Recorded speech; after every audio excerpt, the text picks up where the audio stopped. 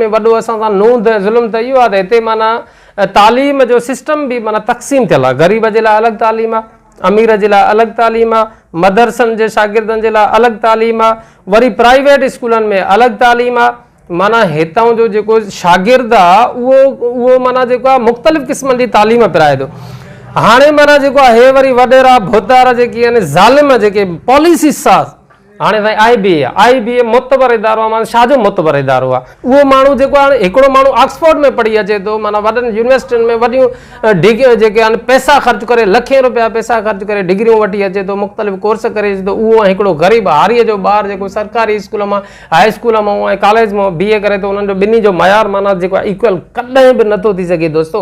उहे माण्हू बि ॼाणनि था। IBA वारा अंधा आहिनि, नथा सुञाण।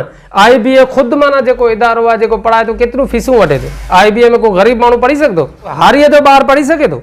अच्छा, वरी तव्हांखे मां माना उनजे मथां ज़ुल्म मथां ज़ुल्म ॾिसो दोस्तो, ज़ुल्म मथां ज़ुल्म ॾिसो त उन खां पोइ वरी माना जेको आहे, अच्छा जेकॾहिं वरी हिकिड़ो हारीअ जो ॿारु, को ग़रीब जो ॿारु, को ॿहिराड़ीअ जो ॿारु, माना जेको सरकारी स्कूलनि जो पढ़ियल नौजवान जेकॾहिं कोई कोशिशि करे, महिनत करे ऐं पासिंग मार्क्स माना खणी अचे थो, त उन सां वरी वेसाघाती कहिड़ी कई वञे थी त जेको आहे त वरी जेके इहे मथे जेके अंधा हुक्मरान वेठा आहिनि, जेके सिंध दुश्मन हुक्मरान वेठा आहिनि, जेके सिंध दुश्मन ऐं ग़रीब कुश माना पॉलिसी साज़ मथे वेठा आहिनि, त उहे उन्हनि वरी अहिड़े क़िस्म जी पॉलिसी ठाही त माना 33 मार्कुनि ते असां माना जेको आहे पास तसवर न कंदासीं। पंहिंजी पॉलिसी, जुड़ियल पॉलिसी जेका 33% पास मार्क्स माना जेके आहिनि पासिंग मार्क्स जेके आहिनि उहे शेड्यूल्ड आहिनि।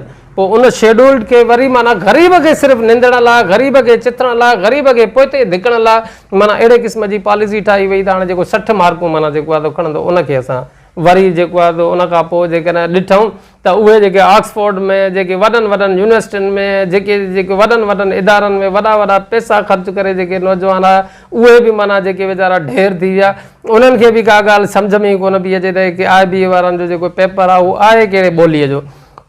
ॾिसो दोस्तो, जॾहिं माना त उन वक़्तु वरी बि ॾिसो त माना जेको अहिड़े क़िस्म जी पॉलिसी ठाही वई त उन्हनि ई मथियनि वरी खे त जेके अमीर तबिको वरी थोरो, अमीर तबिको वरी थोरो, त जेके 33+ पासिंग मार्क्स वारा आहिनि उहे वरी धिका थाबा खाईंदा था वतन, रुलंदा था वतन, उहे पंहिंजे हक़ जे हासिलात लाइ रोअंदा रड़ंदा था वतन, त उन्हनि जो कोई बि माना जेको आहे पुरसान हाल न आहे।